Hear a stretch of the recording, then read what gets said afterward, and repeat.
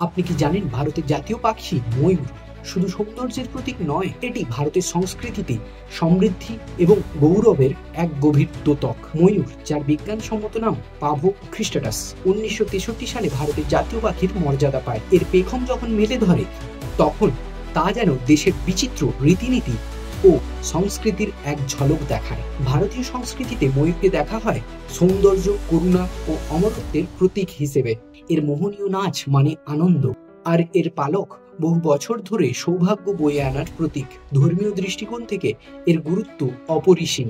ময়ূরকে দেশের জাতীয় পাখি হিসেবে নির্বাচন করার অন্যতম কারণ হলো এর প্রায় সমগ্র ভারতীয় উপমহাদেশে উপস্থিতি এবং সাধারণ মানুষের মধ্যে এর পরিচিতি। এটি প্রকৃতির এক অসাধারণ সৃষ্টি, যা আমাদের ঐতিহ্য ও বন্যপ্রাণী সংরক্ষণের গুরুত্ব তুলে ধরে। সৌন্দর্যের এই প্রতীককে রক্ষা করা আমাদের সকলেরই কর্তব্য। ভিডিও ভালো লাগলে লাইক, সাবস্ক্রাইব অবশ্যই করবেন।